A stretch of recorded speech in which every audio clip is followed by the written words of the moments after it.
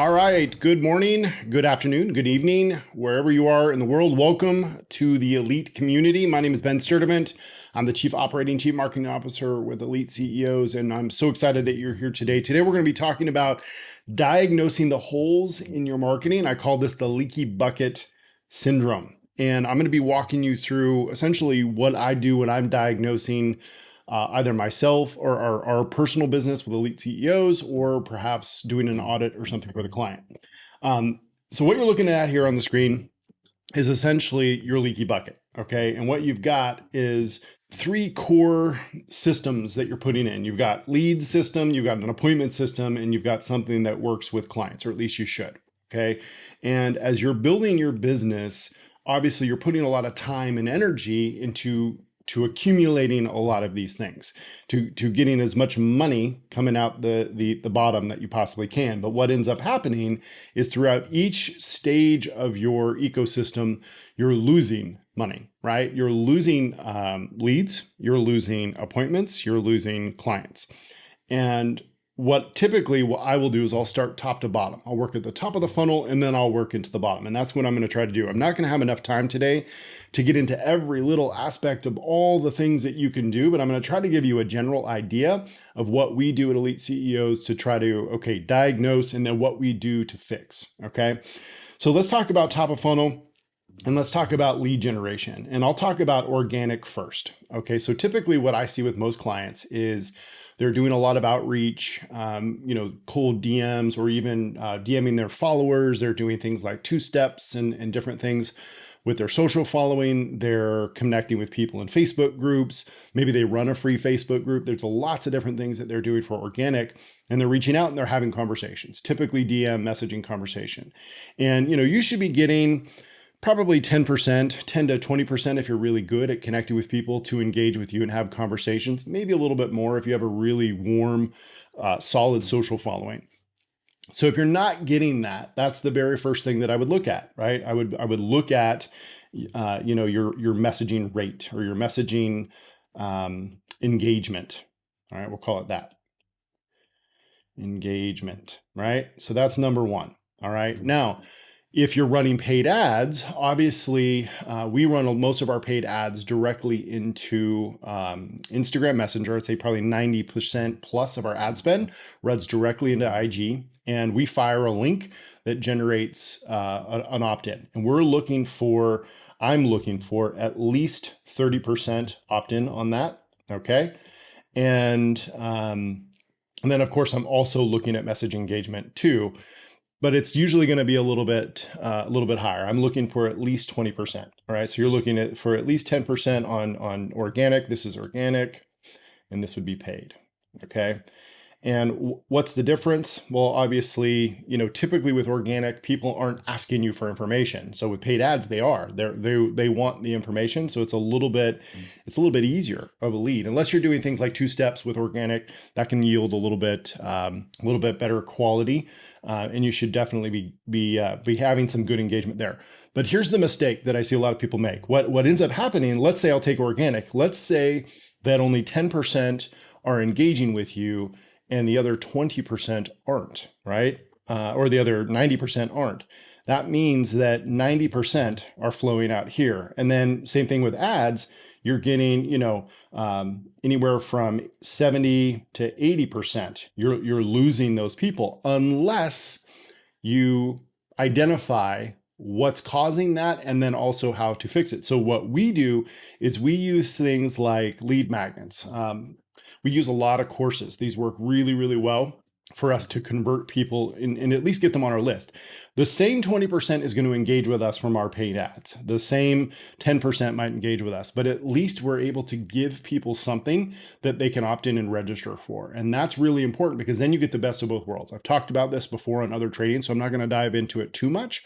But this is really, really important, because it gives you a little bit of a fail-safe. It gives you something that you can catch some of that. Because if you can reduce this, let's say that of those 90%, right? So if you message 100 people and only 10 engage with you, those 90 people, let's say, if we can get that down to 45, so get that percentage down to 45% that you're losing, that's 45% more leads that are now coming into your system. They may not be booking calls. They may not be right away, right? They may not be buying from you right away, but what they're doing is they're coming into your list. I cannot tell you how important nurture is, right? And I've told this before.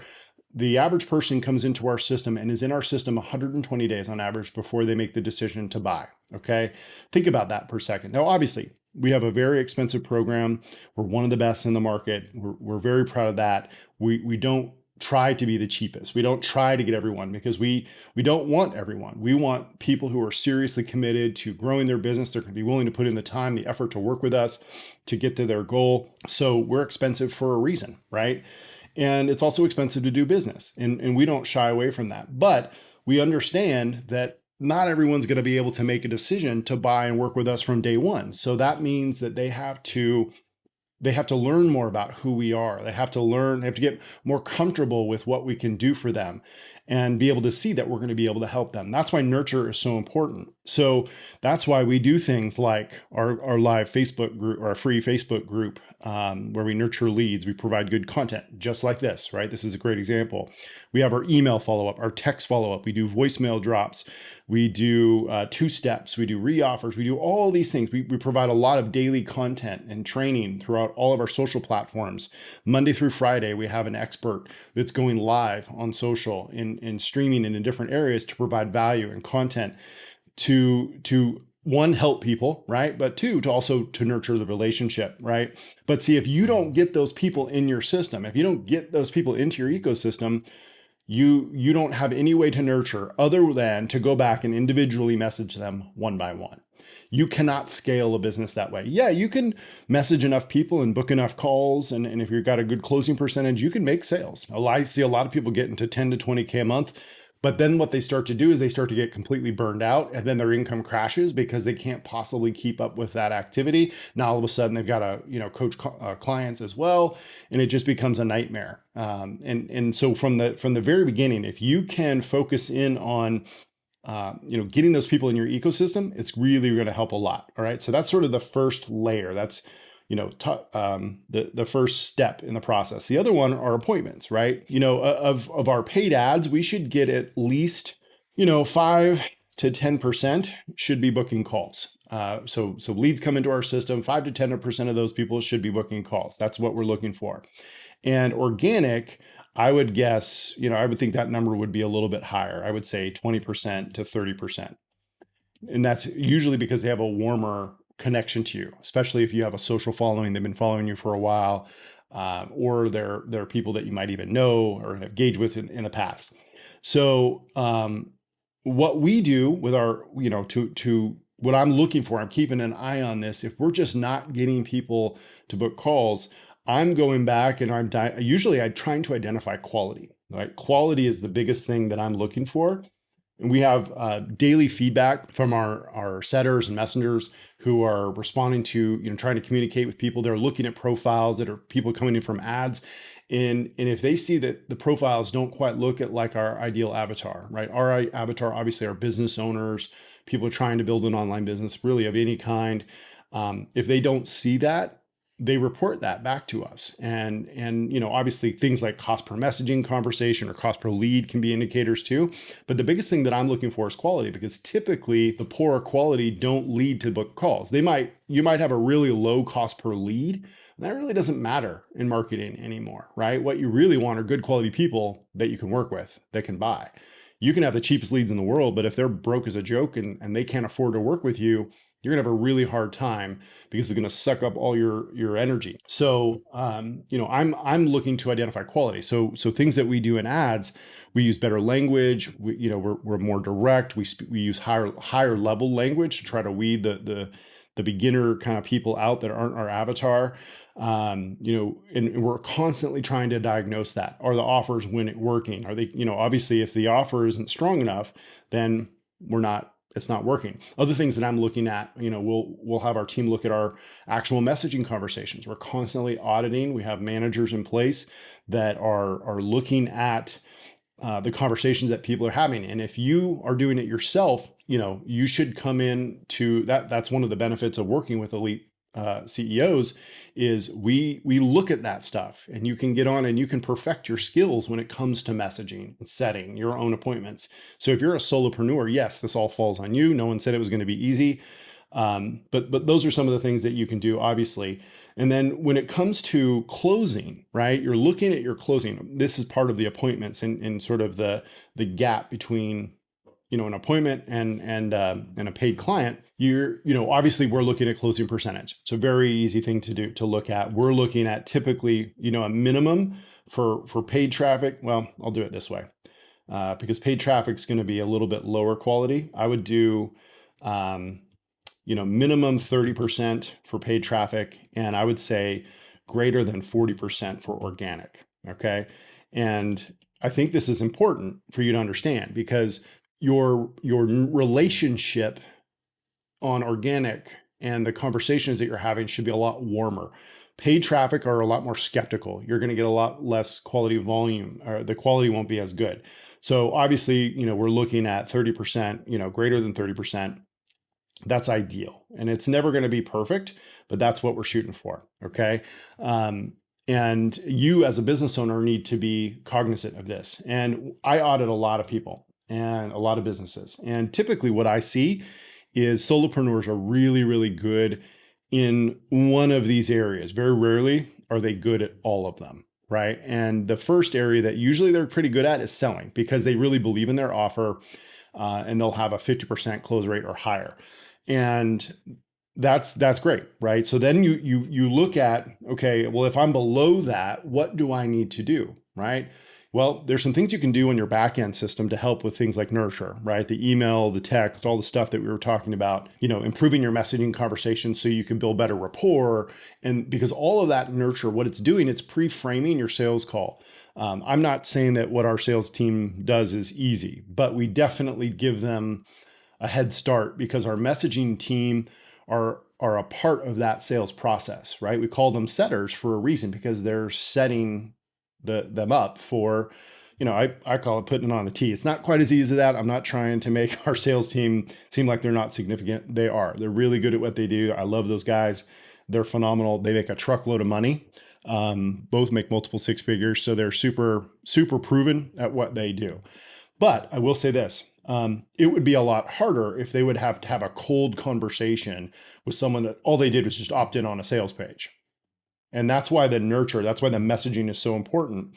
So what I would do, if you're struggling, if you're, below 40% on organic, or you're running ads and you're getting below 30%, with your closes, then I would look at, obviously kind of backtrack. So is quality good, right? If the quality is good, then maybe your setting needs to be, your messaging needs to be diagnosed, and you need to really dive in and have someone like Elite CEOs audit your messaging and have them, get on some of our calls. This is what we do in our mastermind. Obviously, that's the whole point.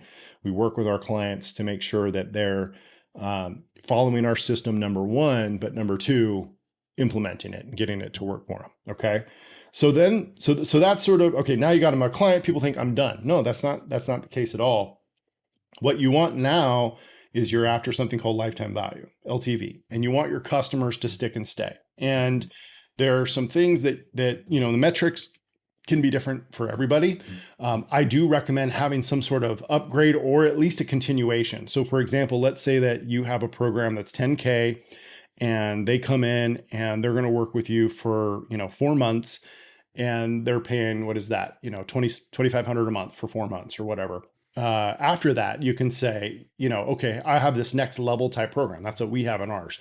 We have a 16-week, core program. And then after that, they can come in and work with our executives, and it's much higher level, a lot more scaling. We help hire, we have setter placement. We do all kinds of different things in that next level offer. But it's a continuation program for us, or it's an upgrade for them. We do have a continuation where they can pay less per month and be a part of the community. So you should have something like that because it increases lifetime value. So, we're shooting for a certain percentage of upgrades. You might be 40%. That's a stretch goal. That's a lot because it's a very expensive program. And then obviously continuation, we want to be at least 60%. Now, if you're not getting those numbers, that's okay. But if you're getting less, if you don't have anything at all, I would diagnose that right away. And that's a major hole in your bucket because essentially what you're doing is you're losing a ton of money. All this money is falling out. You're not increasing lifetime value.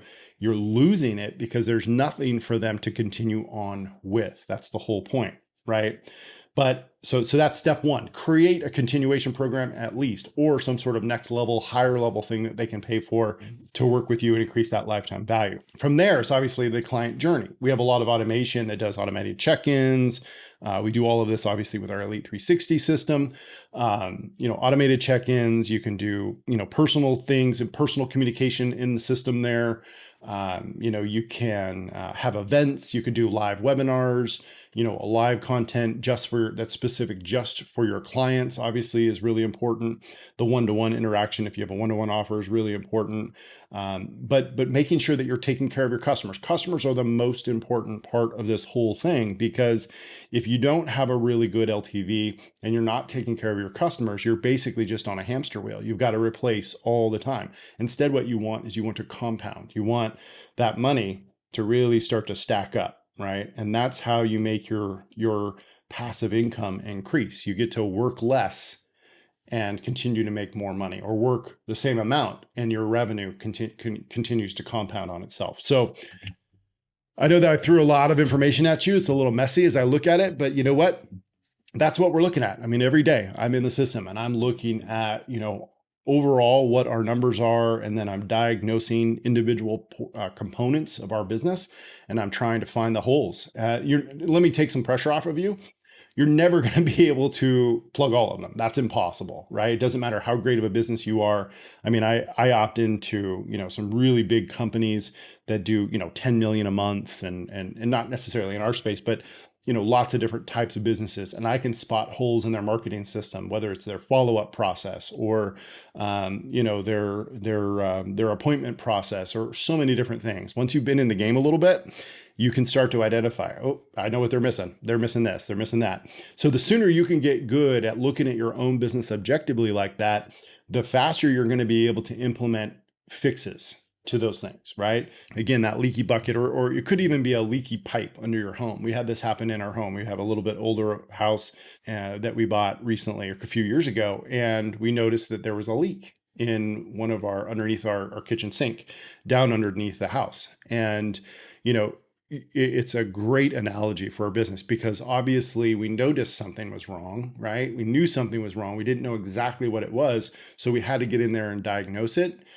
found a solution for it, and fixed the problem. That's exactly what your part of being a CEO in your business is all about. So hopefully that was helpful to you guys. Let me know if you have any questions. Have a great time. Have a great rest of your Wednesday, May 31st. I'll see you next week.